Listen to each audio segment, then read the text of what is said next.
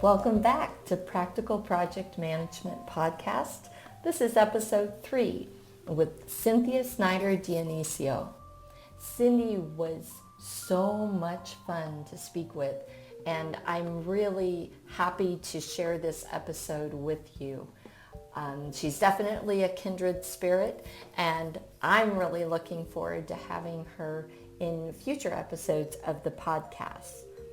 Cynthia Snyder Dionisio is a professional project management author, consultant, and instructor. She provides consulting and training services for academia, government, and private industry. She's written a dozen books on project management, trained thousands of project managers. Her most recent publications include Microsoft Project for Dummies, 2019, a project manager's book of tools and techniques, and a project manager's book of forms, which is a companion to the PMBOK guide for 4th, 5th, and 6th editions. She's a PMI fellow and currently the lead for the PMBOK guide 7th edition, which we'll talk about in this episode. So without further ado, here's Cindy. What's the use of knowing true north? But I just wanted to ask you which way I ought to go. You get so caught up in restoring the galaxy to its rightful state. I understand you're trying. You may be trying too hard, or you're not trying hard enough. Always with you. Confront the problem. Fight. Win. Whatever it is we look forward to. It's gonna be a bumpy ride. Practical Project Management Podcast. Well, thank you, Cindy, for joining me today. I'm so excited to have you on this podcast. I love the little bit of conversation that we had in talking about, scheduling this. So let's just jump right in. I'm excited to ask you first. Your LinkedIn bio says that project management was the role you were born for. What can you tell me about that? Yeah, what is that? What does she mean, right? Yeah. When I was born, they didn't have project management. So how could that be? Well, I'll tell you, from a very young age, one of the first things out of my mouth was, I have a plan. So I can remember literally, I'd be like 4 or 5 years old and my parents would say, blah, blah, blah, and say, oh, I have a plan. So, planning has always been part of me. And then the other thing is I have this voracious appetite for solving problems. And I've always had that. So again, elementary school, I used to do a lot of puzzles, and it got to the point where I got so bored with them. And I'm talking 500-piece puzzles when I was in 4th grade. I turned them upside down and did them upside down just to make it a little more challenging.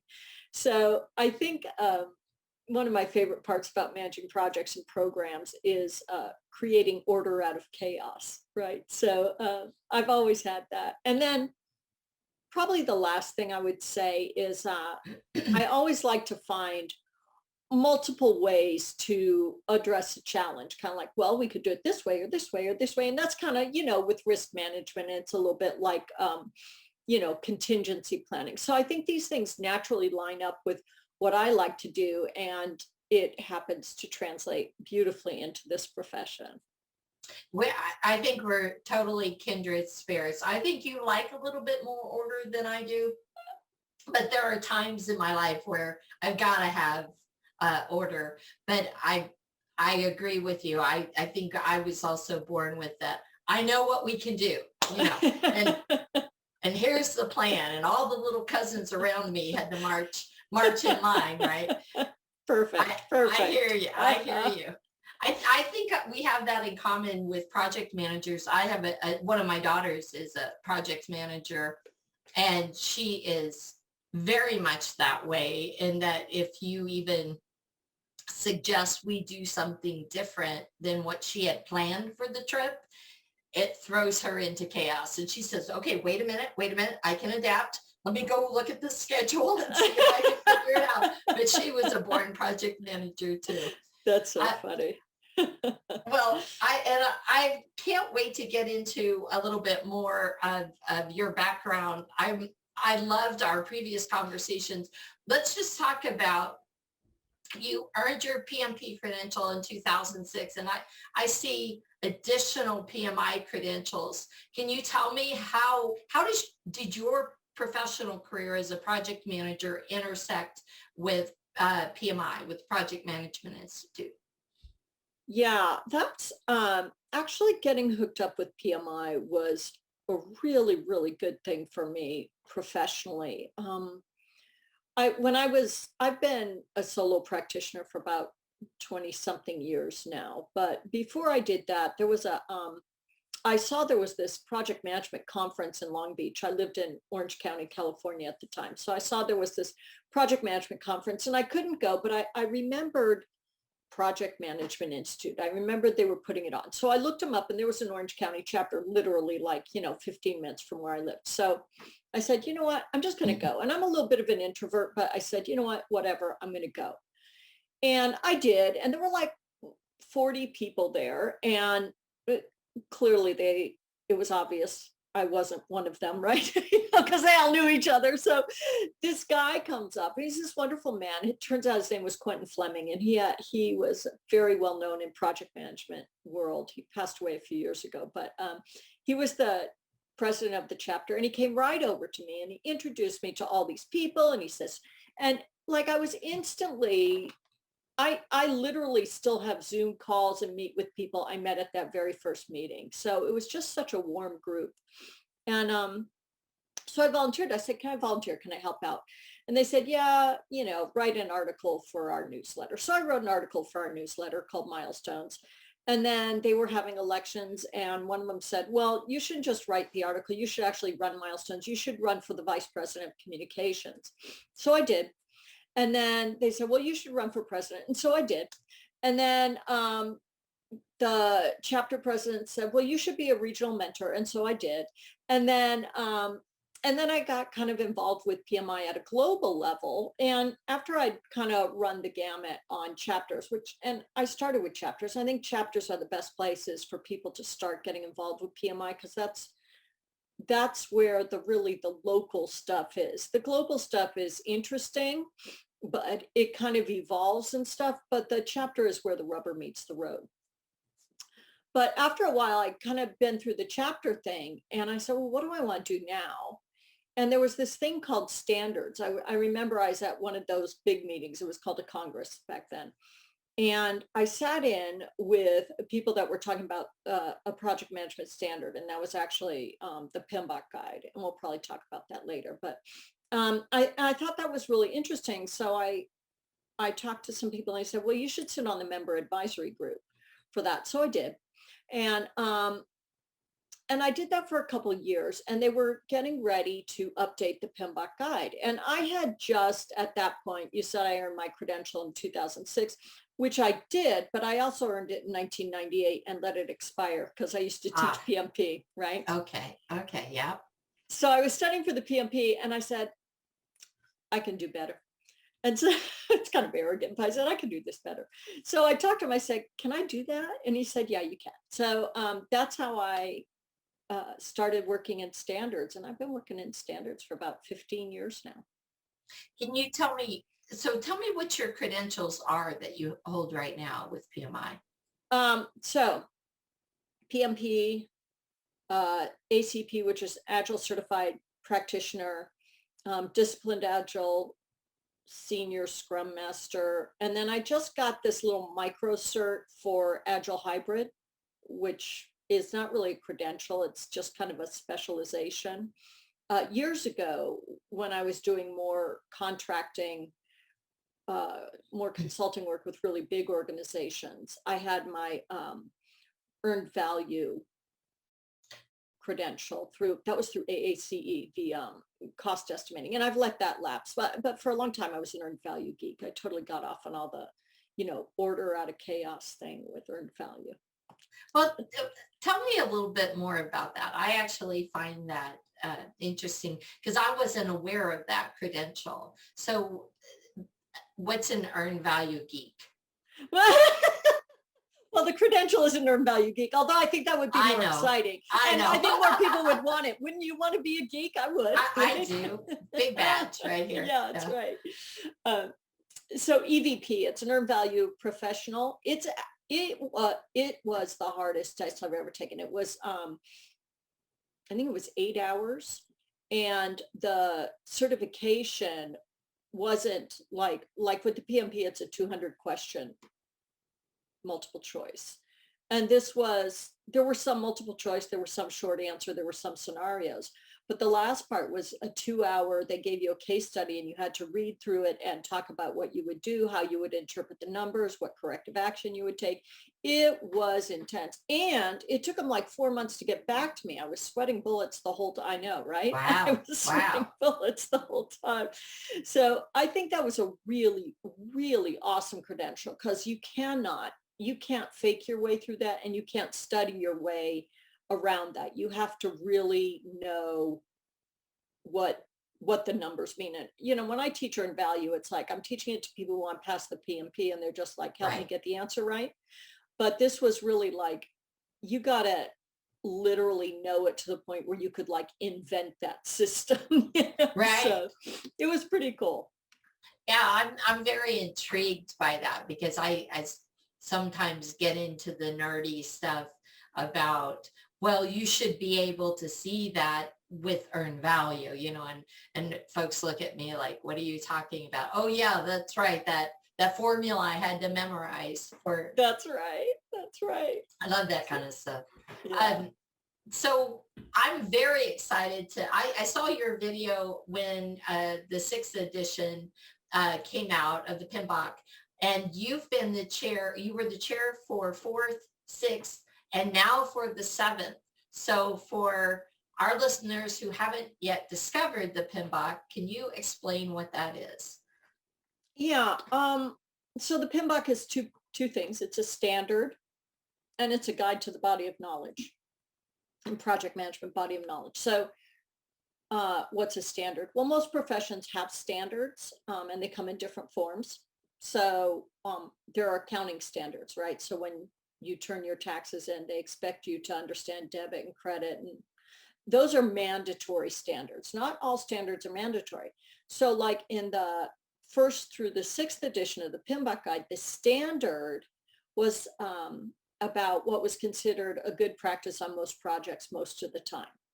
They weren't mandatory. It was just a good idea to follow those practices. You've read the PMBOK guide, so you can see it's like, yeah, all this makes sense. Now, I'm not going to do it for every project the same way. That's ridiculous. Right. Yeah. But a charter is a good idea. Yeah, right? Charter's a good idea. That's right. We should manage risk. All those things are good. Yeah. So then aside from the standard, there's the guide to the body of knowledge, which is what we all consider the PMBOK guide. Most people don't even know the standard exists. Most people, when they look at the PMBOK guide, they're looking at that guide to the body of knowledge. In the 6th edition, it's like 500-600 pages. It's a beast. And in the 1st through 6th edition, they focused on processes, and a process has inputs. And then you do something with the inputs using a tool or a technique or a combination of tools and techniques to get an output. And sometimes that output becomes an input for the next process, right? So it's very logical. It's very structured. You and I probably love that stuff because it's like very easy to draw a straight line. How do I do it? I do this, this, this, and this, and then boom, it all works. It's great. So that's kind of what the PMBOK is it's a set of processes, and you should tailor those processes to meet the needs of your context. I don't think that any project uses all the processes or all the outputs or all the tools and techniques, but says here's an array of things. So that's kind of for the PMBOK guide that's out, that has been out in the past, and that's currently out. That's not how the 7th is, but we can talk about the 7th now or later if you want, or whatever, but it's a little different. I want to talk about the 7th, but before I do that, I'm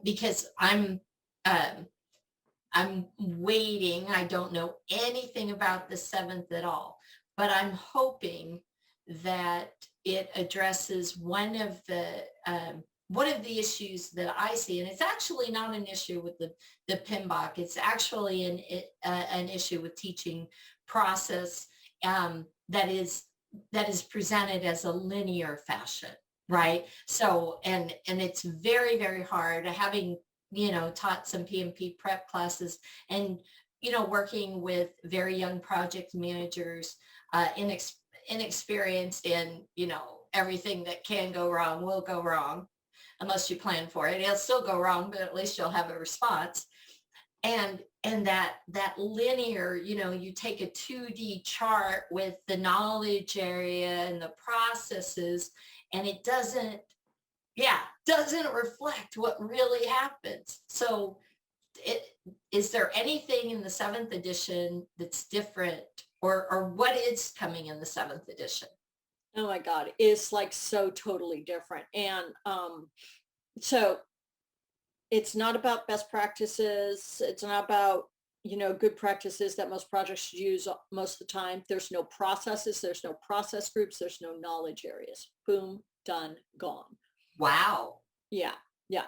And you work a lot with like agile, or what I would call adaptive techniques. Is that correct? Correct. Yeah. So, the things in the 1st through 6th, like they're very good for predictive projects like construction, where there's defined scope that's not going to evolve, and you want a rigorous amount of control. So that's what the 6th edition is great for, that, and for people learning. But if you want to make like a smartphone app, and you want to put out a minimum viable product, you want to get feedback on it, you want to adapt, you have a lot of good ideas you keep on a backlog, and you want to prioritize them. It not the greatest. The 6th edition, that's not a good fit, right? But as a profession, as project management, how can we create something that helps? We have to step back, and we have to look at the bigger picture that can include adaptive. Sorry, you're going to have to edit this out. That's all right. That's all right. I did the same thing earlier, just as we were getting started. Okay, so I'll step back and say, you have to look bigger. So how can you present something that can hold an adaptive approach to projects, like a smartphone, and a predictive approach, like say the Mars rover Perseverance? How can you talk about project management that way? You don't do it with process. So again, if we look at, there's 2 parts, there's the standard and the guide. The standard shifted to a new format where it talks about a set of principles. And we've never talked about principles before. So it has a set of project management principles that guide the behaviors and the actions of people who are working on projects, not just project managers, project team members, stakeholders, sponsors, product owners. They guide the behaviors and actions. So let me give you an example. Create a collaborative team environment. Focus on value. Those are 2 potential principles. Would you ever not focus on value? Would you focus on not value? Would you ever want to have a crappy environment for your team members? No, you want to create a wonderful team environment where you can collaborate. That's a principle that applies regardless of the type of project you're on. So that's the standard. I happen to think that's a lot more useful than just inputs and outputs. So that's kind of groovy. Then what about the guide? Well, instead of doing these processes, we talk about what are the performance domains in projects. And a domain isn't a thing. It's like a domain is a generic word. That means like a collection of ideas or something like that. So we're looking at performance domains instead of knowledge areas and processes. And like you said, performance domains aren't linear. You don't do stakeholders and then teamwork and then life cycle. No, they are overlapping. The way they overlap and interact throughout the project. And the way they do that is different for each project. So as a project manager, when you're teaching people, and all these training companies and universities are going to have to think, it doesn't mean they can't follow the 6th. Nothing is wrong with the 6th. But if you're going to align with the 7th, you got to think about, I need a whole new way to talk about project management. But it's more useful because if you work with a lot of people who are new to project management, so, rather than having them to teach them 52 different techniques, which their head will explode, What if you said, look, there's 8 performance domains: stakeholders, team, development approach and life cycle, planning, project work, delivery, measurement, uncertainty. Okay. And, you can see how those would interact. Like uncertainty is approached differently in an adaptive project. It's a given. I'm going to go in and I'm uncertain. And part of the project is figuring out how to reduce that uncertainty of what the market wants, right? In a predictive, it's like, I need to address it and burn it down. Uncertainty is bad. We don't want it on our project. So the approach is different, but it is a domain regardless of what you're doing, right? So, so that's a little bit about what's coming in the 7th edition. It's pretty different. You just validated me. Oh my gosh. Do you feel good now? Well, I mentioned to you, I have a book coming out this fall, and it's very similar in domains, but it's not teaching the domains. It's more like the journey of project management. And I was like, well, and so I just read the final edits, and I was thinking, is my entire profession going to think I'm like way out here with this kind of stuff? But I feel validated. That's awesome. You know what? That's like perfect timing for you. How exciting that you're publishing this book. It's so exciting. Yes, but I want to talk about, I wanted to learn about the 7th edition, because I'll tell you the truth, on when PMBOK 6th edition came out, it kind of snuck up on me. I just, I was busy doing the work, and I was what? There's a 6th edition and Agile and everything. And I want to talk a little bit about, get your opinion, and you can tell me I'm wrong, because I kind of hide under, I don't talk too much normally about Agile and Scrum, even though I'm a big believer in an Agile methodology. I couldn't be in technology without being a believer in it. And,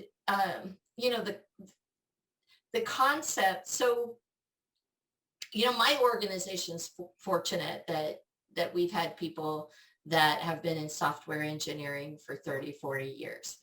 They get some of it, but we never adopted, a Scrum as an official methodology. I realize, however, our organization's a little different, but I realize that there's value for some organizations. Can you talk about your experience with Agile methodologies, or introducing those into organizations, Scrum, or bring me up to speed? Because like I said, I just kind of live in a bubble of we're Agile, and I don't pay attention much to methodology, but maybe I should. Well, I am not, I'm not a fan of methodology either, right? So I'm not, I know about Agile. I think it was groundbreaking at the time. I think it's been around long enough now where it's time to adapt. I love adapt.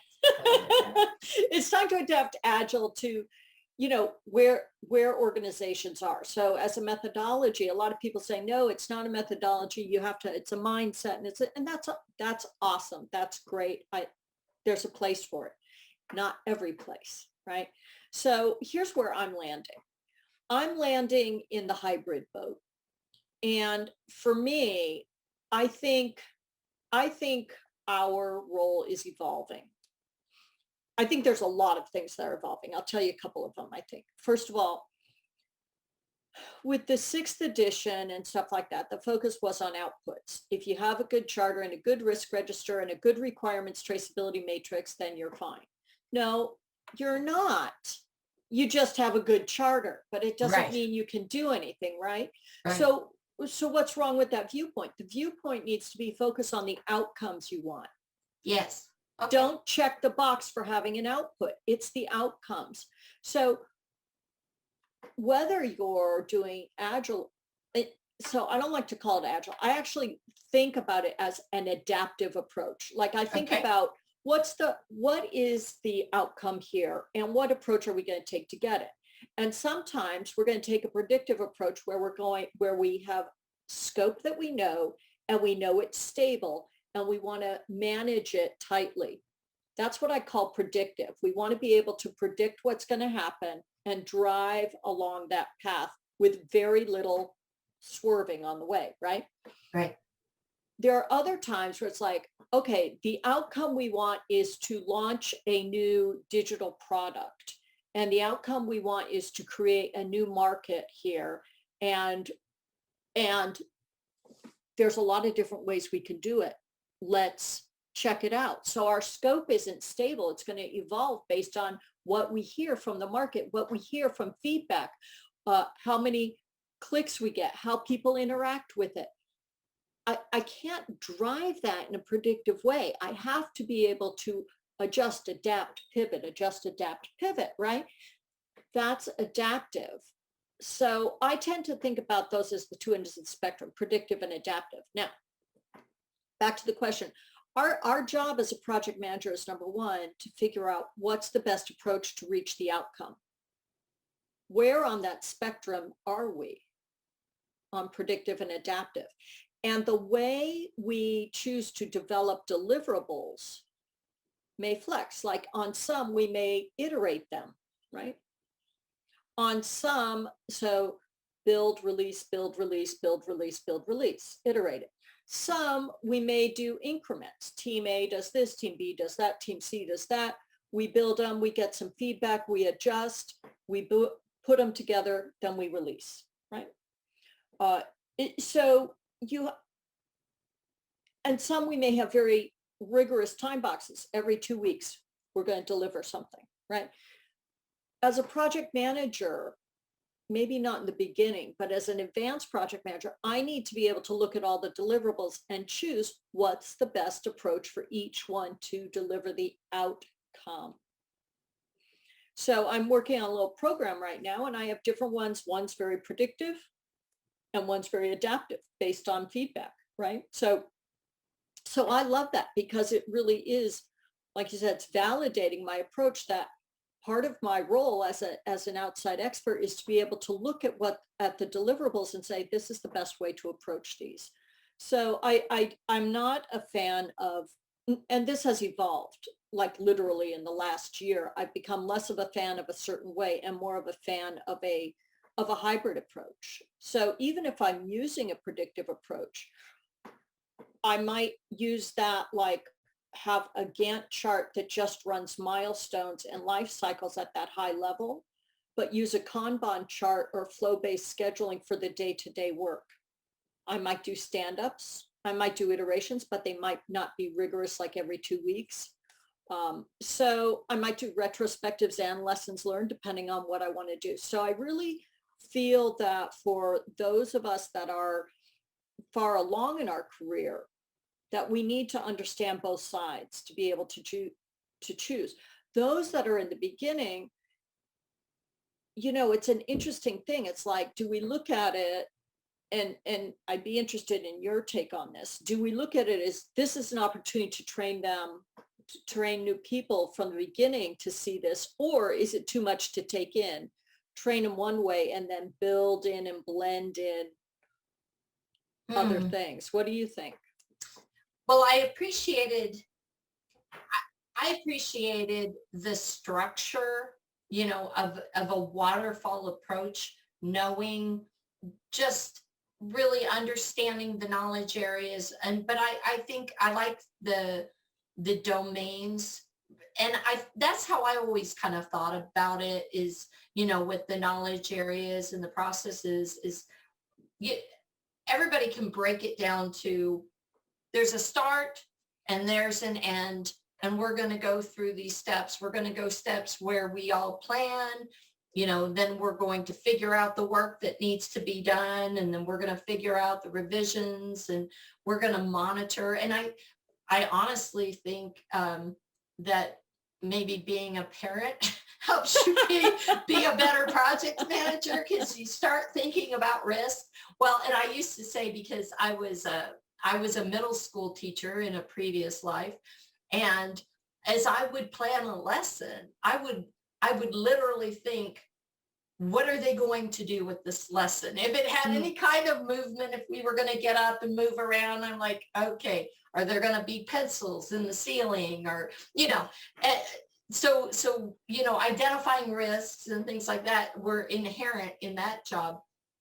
But I think that it's helpful to novices because, I had a team member this week. I said, and when are we, and when is this other component that goes with this project being scheduled to be delivered, because they're going live March 12th?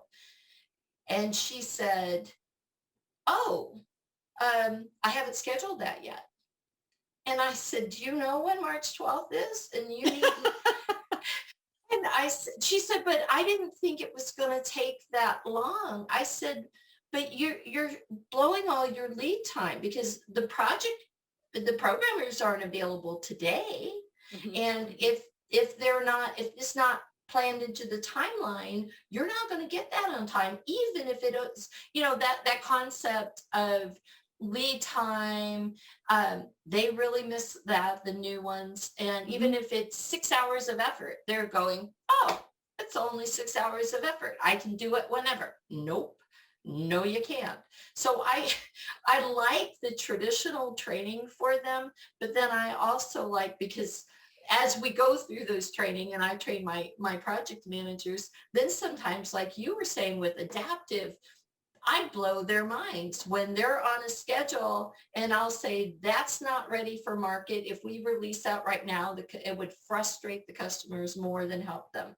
And so we'll pull back. And they're like, I thought this was the most important product we're pushing out. Yes, it is. But we've got one shot, right? And with this product to serve the market or not, or make enemies of them. So I like the structure, but, telling them that there are asterisks all along the way that we'll talk about later when we talk about adaptives.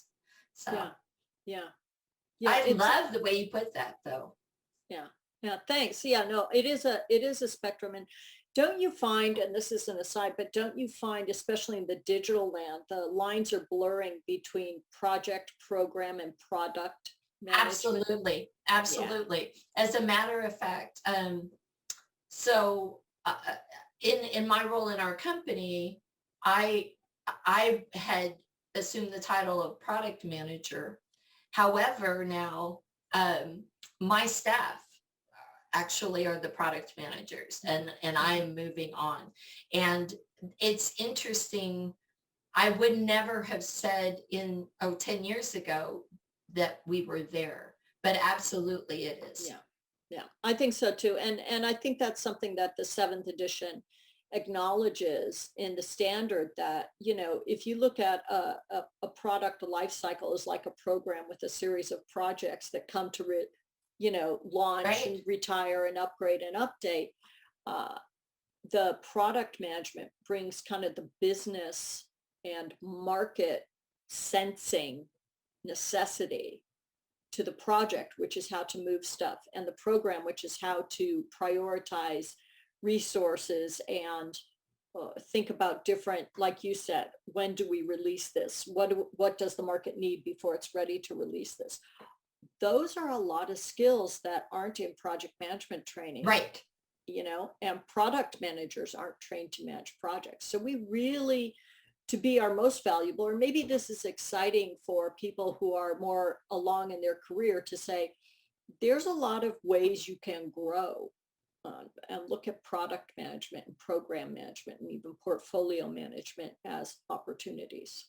I agree 100%. I think that's a natural evolution. If, as a project manager, if you are actually involved with a product, it wasn't very long before I started looking at principles of product management and program management to say, what are we not seeing in our planning? What do I need to know that I don't know? I want to get your thoughts on, and just because I don't want to miss this opportunity to talk to you. I hope we'll get to talk again. But one of the concerns I had early on with, and you said you had a problem with calling Agile a methodology, or people say it's not a methodology, but certainly I've worked with government organizations in particular. Sometimes, oops, there goes my mind. Sometimes government organizations, are ready to adopt a new process or a new methodology to try to fix whatever issues that they're dealing with. And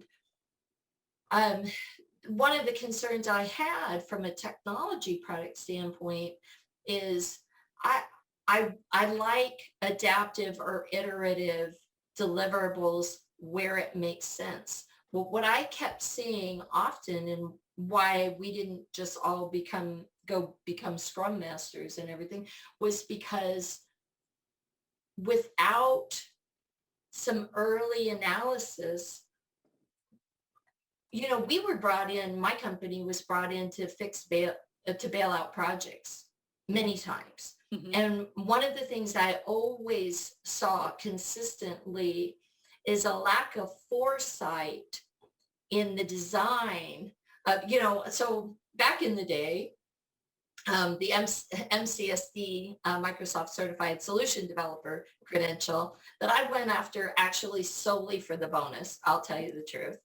Early in my programming career, my company was offering a bonus for that, and I wanted the bonus. But I loved it.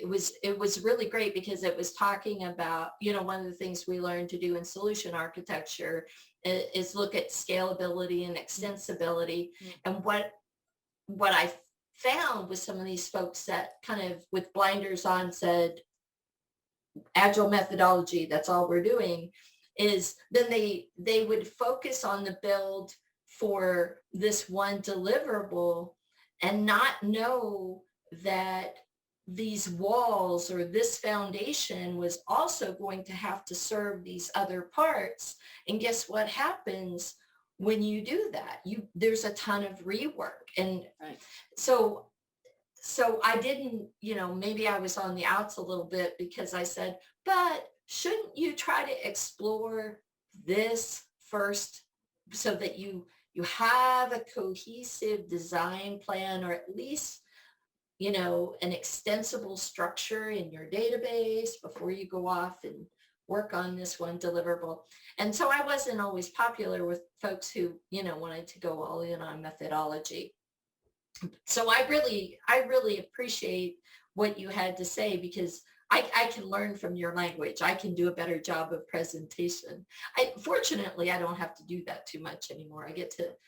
We get to kind of choose the projects we want to work on. That's a pretty nice place to be. That's a really nice place to be. It is. But, we learned, one of the things we learned as a software company is that we started out very custom. We'd do any custom job. Mm-hmm, mm-hmm.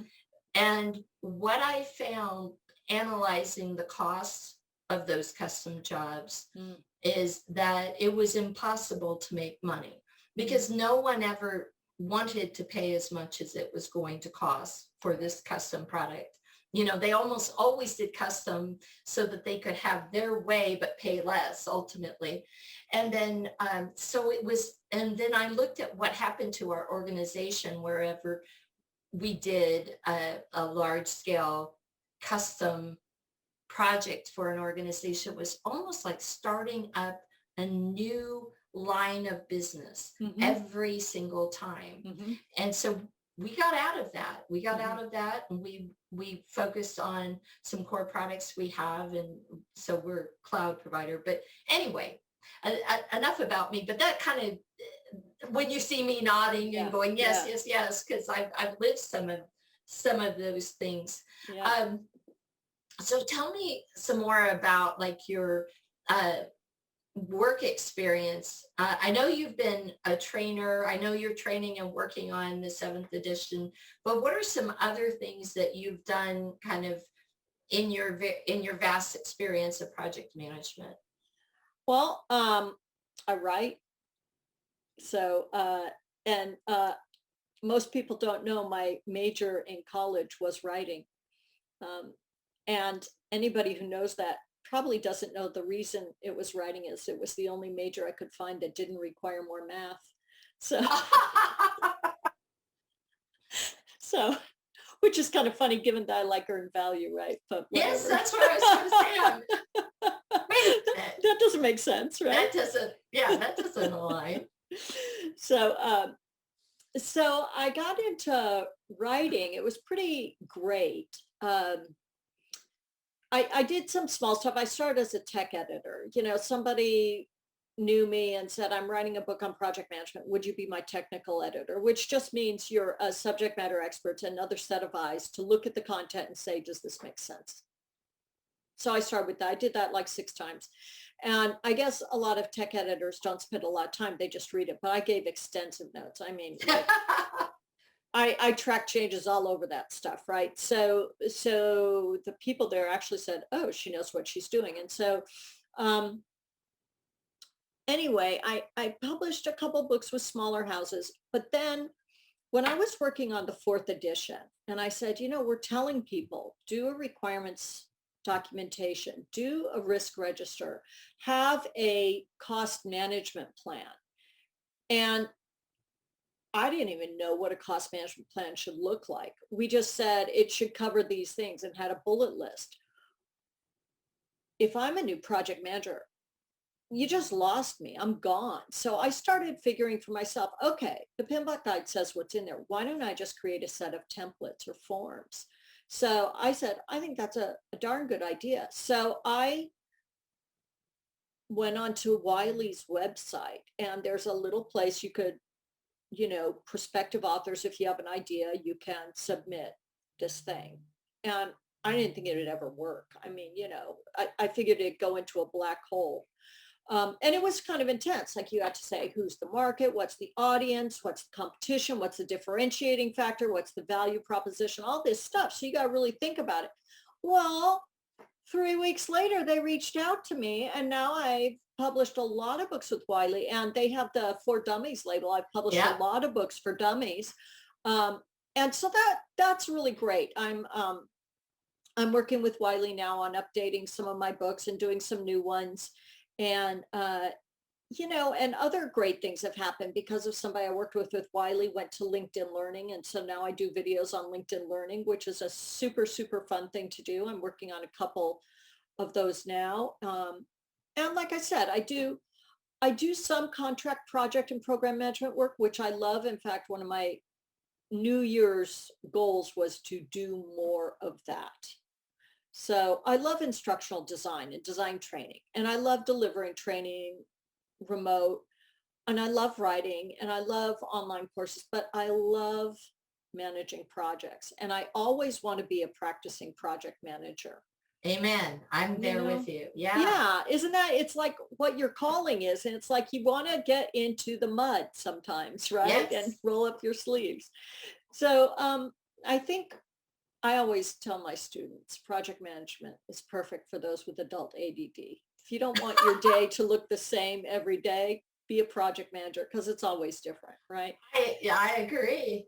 So that's what I love about, you know, this particular thing I've been doing 20, 25 years is I don't do the same thing every day. There's a lot of times, like when a PMBOK guide comes out, I do a bunch of instructional design. Then for a couple of years, I do a bunch of training, and then I do a bunch of updates of books. And then the PMBOK guide rolls around and, you know, so anyway, that's just kind of been the rhythm of my work over the past 16 years. And it works perfect for me. And so it, you know, fingers crossed, another 7 years, and then I'm going to be doing it, you know, somewhere else, not doing it. I'm going to be relaxing and doing water painting and hiking somewhere else as a retired person. I should be so lucky. Yeah. So you're 7 more years and 7 to 9. That's my target. And so then the projects you'll be managing are, you know, the organization of your paint tray. That's it, girlfriend. Right. That is it. That's totally it. Managing the dog walk for the day. Yeah. Yeah. So, What's the schedule for the day? I'm That's sure right. it will be very well planned. Yes, that's right. That's right. Except it's going to adapt. That's right. That's right. A phone call and we're going That's right. another way. We're doing That's something else. awesome. That's fantastic. Yeah.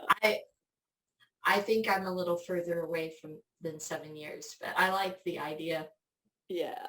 You know, when you were talking about earlier, I'd like to revisit. So, because it's kind of a hot topic with me, and we've been bringing it up on the podcast with the different project managers that I've spoken with. So talking about stakeholders, and you have said that stakeholder management's really a better term, stakeholder engagement. Can we talk about that engagement? Because that's really, for us, you know, I have two different viewpoints, but they all lead the same, or two different vantage points in stakeholder engagement, but they lead the same direction. You know, we're often a vendor on a project, and so we get to see lots of different types of stakeholders, and I have some opinions, but I'd like to get your opinion about stakeholder engagement, maybe leadership, and what you know about that, or what you think about that. Yeah. So in earlier editions of the PMBOK, we talked about stakeholder management, and then, you know, it's very obvious you can't manage all your stakeholders. Like if you work in the government, one of your stakeholders is Congress. Yeah, try and manage that, right? So you're not going to manage those stakeholders. You're not going to manage your boss. So then it kind of evolved to manage stakeholder expectations, which I think is closer to the truth. But then as you get into adaptive projects, you're really engaging your stakeholders. You don't want to manage their expectations. You want to engage with them and find out what they want. You want to pull them in and work with them. So I think engagement is a really good term. And it does take some leadership qualities. And by the way, I don't think that leadership is about the person who heads up the team. I think leadership is a set of behaviors that everybody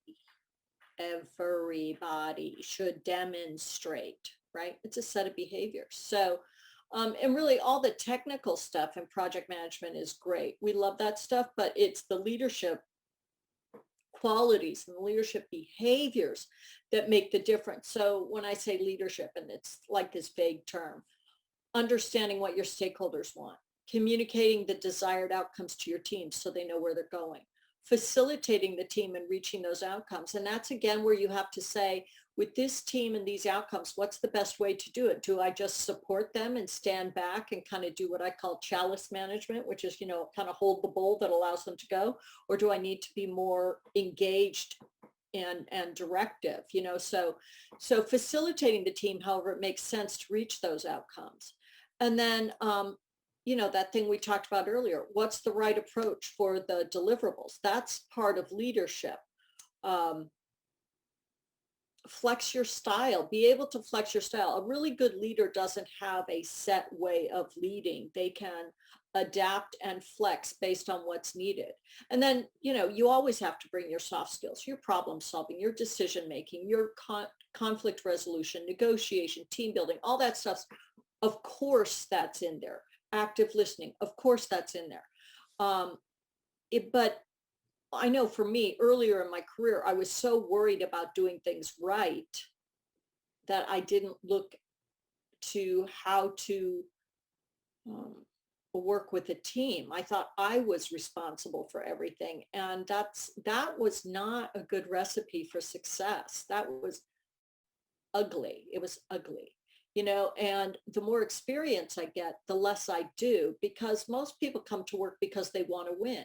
So if they want to win and be successful, then my job isn't to deliver the outcomes. My job is to make sure my team wins in delivering the outcomes. And so I think that's a shift in leadership, you know, management versus leadership, right? Right. So that's kind of what I think about stakeholder engagement, and circling back, because I think the team is one of the most important stakeholders you have. Probably the customer, the end user, and your team are your three most important groups of stakeholders, and you engage with them differently. Right. Yeah. Absolutely. And I like what you just said reminded me of one of my favorite project managers to work with. We were a vendor on her project, and she worked a long time and this also points to something you said earlier about outcomes. She worked a very long time with the Human Services Organization, and she didn't, she was always kind of getting in trouble because she didn't turn in this on time or that on time, but she was the project manager who could get things done. And she worked in a weak matrix organization. So they were assigned project managers. They had zero authority and anybody, right? And yet she got things done because of her leadership abilities. She wasn't controlling. She would, if you went to her with a problem, she would say, let me think. Who do I know? Who do I know? You know, and it was all about the people side. And she, 30 years in, she could call up and ask for favors. She did what you said in leading people, using those soft skills, but never directing, never managing. Well, she didn't have any authority. None of them had any authority to do so anyway. And to me, she was the best example of project management, project leadership in an organization where she had no authority to get anything done, and yet she did it anyway.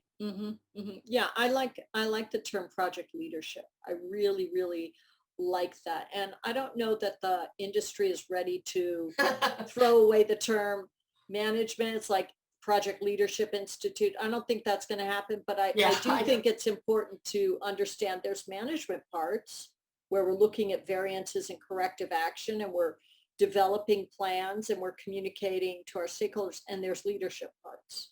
And I think I like the leadership part better. I think that's really important, but I think if you try and lead without any management, that's also not so great. So it is that spectrum again. Right. Yeah. Right. I don't think she wouldn't have been effective if she didn't have training in project management. She knew her job, but so no need to continue down. I agree with you. I don't think they're going to change it to PLI anytime soon. So I wanted to get your thoughts on having just, with this pandemic and changes in the way that we're all interacting with each other through and training. I wanted to get your thoughts on whether you thought, we're going to stay with virtual learning a long time, or whether or not we're going to return to in-person training anytime soon. Yeah, that's a really interesting question. And I'm working with some people on return to work, I don't think a lot of companies, or I don't think a lot of successful or forward-looking companies are going to go back to business the way it was before the pandemic.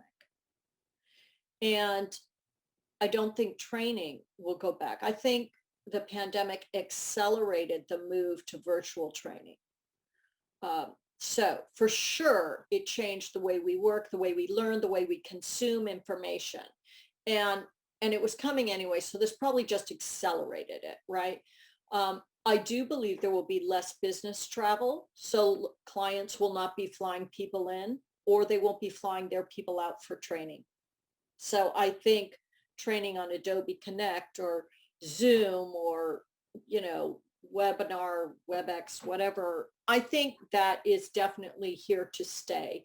I don't think it's going to be the only way, but I think it will be much more than it was pre-pandemic. I think blended learning, where maybe people do some work on their own and then come together either online or come together to demonstrate, talk, problem solve, that kind of thing will take place. I find the most difficult thing, either from a learner or a trainer, is engagement, keeping people engaged, right? So it is so hard to look at a computer screen for hours on end, and it's almost not fair. So as a trainer, I'm having to find more creative ways to keep people engaged. Like I'll put up a poll, or I'll say, go do a little research thing on this, come back, tell me what you find, or let's do an exercise and let's discuss, or let's vote. The other thing is breaks every single hour, right? 50 minutes, boom, the timer goes off, 10-minute break. It's not required in a classroom, it's recommended. I can go a little bit over that in a classroom, but if on a computer screen, especially when people have kids and dogs at home, you got to go pet the cat, get the peanut butter sandwich, whatever you got to do. So I think this is great because it allows more flexibility in terms of learning style. Think about this. Think about those people that are kinesthetic learners, right? So they have to move or engage with something to learn, right? So I know someone who, could not have finished her college degree if she was in person all the time. She turns on her computer, she puts on her headphones, she irons, she does housework, she does exercise, she does whatever she does, and she does fine because she's moving, and that's how she engages with consuming information. So definitely, I think it's here to stay. I think we will go back to some in person, but I think it's incumbent on us as people who design training and lead training to really inquire what's the best way for learners to engage with this information. So I wanted to get your thoughts about that. I really like what you said about introducing gamification, basically, polls and interactive devices, because we've seen a difference. So I think we're all in agreement with what Mark Cuban said about America 2.0, right? That this is the horses out of the barn. Companies are realizing savings. Our costs of travel, right, went way down, and yet we're still, through these types of, these technologies, these platforms, able to engage. But I do feel a little bit that something's lost, but I don't think anybody's just going to say, oh, states opened up, come on over, we're going to have a meeting. I do agree with you that it's not going to change right away. I'm not sure it'll ever go back. I agree. I don't think it'll ever go back.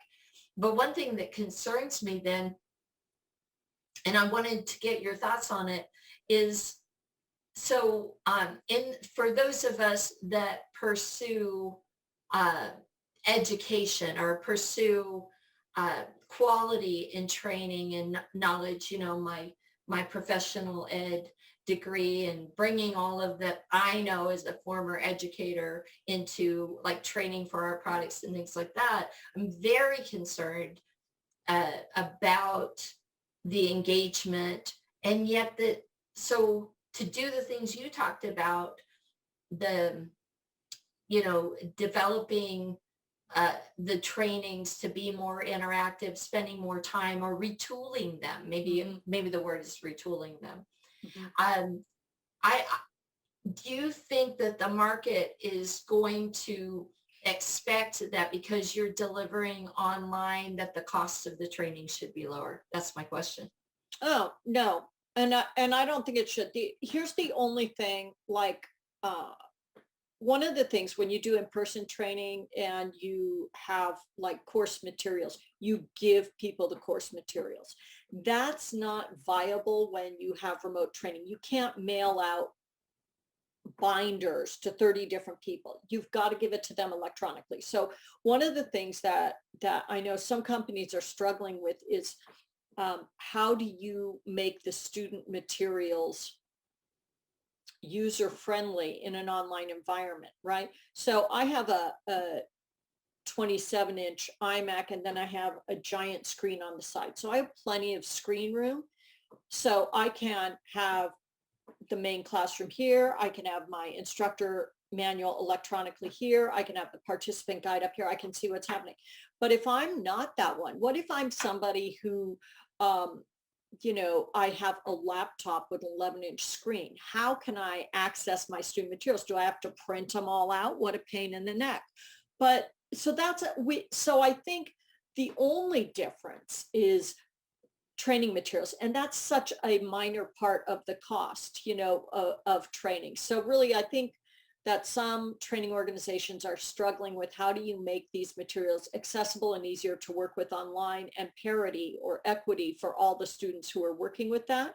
But that's got to be worked out. But I don't see any need to drop the price, because as a professional trainer, I have my training rate per day, and then travel costs are put right on top of that. So it saves the person buying it those travel costs. I'm not putting a profit on top of my travel cost. Right. So I'm spending the same amount of time. I don't charge on a travel day. I don't charge half time. Some people do. So I still have the same amount of prep work to do, in fact, I have more prep work to do online to keep it engaging. Because I think that's what I'm saying, is because it's actually harder. When you're in person, there's a lot that's happening that you can read, or you can actually see what they're doing, and know what to do. But you have to plan and prep for getting that information through this platform. That's right. And if you're a trainer who works on multiple platforms, you got to remember and relearn the platform every time, right? And you got to load it up. Like if I'm training on an online platform, I figure out all the exercises, and I don't make my students, like if I'm teaching a WBS in person, that's not a good way. If I'm teaching a risk register, how to identify and prioritize risk. In person, I just give them the thing and I watch them problem solve how to do it, because that's part of learning. I can't do that online because they're struggling with the online. I literally template them. So what has to happen? I spend a lot of time, right? Putting in scaffolding. That's what I'll putting in scaffolding to support their learning. So they spend their time learning, not figuring out how the technology works, because that's a waste of time. Oh, very well said. I love that. And thank you again. All I did was ask you to validate me all day, didn't I? I'm just kidding. I love your ideas. And as as an educator also, I think that we see the same thing or the same difficulty in, how do I adapt what I normally do when I can stand and look over and see what they're doing to, the exercise, how am I going to monitor it there? So thank you for that encouragement and feedback. Am I able to find out, or are you able to tell us when the 7th edition would be coming out? I don't even know. So my hands are done. It's in PMI's lab. I do know that they've got to translate it into 12 languages and get that validated. So, if you look at when you're translating into another language and you say a requirements traceability matrix. So if somebody who's a translator doesn't understand what that is, they might say an essential mapping tool. And you got to validate that. So not only does it have to be translated, it has to go to subject matter experts in every country to say, no, it's not a whatever mapping tool. It's a requirements traceability matrix. That's what it's called. So that's a lot of stuff to do. And it's not, and there's all these new terms in the glossary that have to be vetted. So, but I don't know, PMI is saying sometime in 2021. And if I were to say anything different, they'd be grumpy with me, because people think I actually speak for PMI, and I don't. I'm just Cindy, I'm just a woman who does some work with them, So PMI is saying 2021. Okay. Yeah. That maybe the project manager in you that wants to say more. I really want to say more, but I'm not going to. Oh my God. But I will say, on the PMI website, if you go to standards-projects, they update that like almost weekly with stuff. So that's the best place to stay in touch. And anybody who's on social media, they'll post updates there. And you watch some of those videos that they have, right? Getting under the hood. Yeah. So the most up-to-date stuff is there as well. Well, I appreciate you. I appreciate you taking the time, and hopefully we'll get to see a video of you when the 7th edition came out. I loved your video on the 6th edition. Thank you. I really enjoyed it, and knew that we were going to have a great session because you speak so well and you're so entertaining, engaging as well. Let's call it stakeholder entertainment. It was very entertaining to me. You really honed in on what I would appreciate about that presentation. Oh. Thank you so much, Cindy. And I'm looking forward to the 7th edition, and I'm looking forward to following up on your books. And in the show notes, I'm going to list your books and your additional information from your CV. Yeah. And I'm hoping that you'll join us again sometime in the future. I appreciate this conversation, Denise. It was nice. I wish we could have a glass of wine together. It was a pleasure. We'll do that. We will do that sometime. Yeah. Awesome. Thank you again.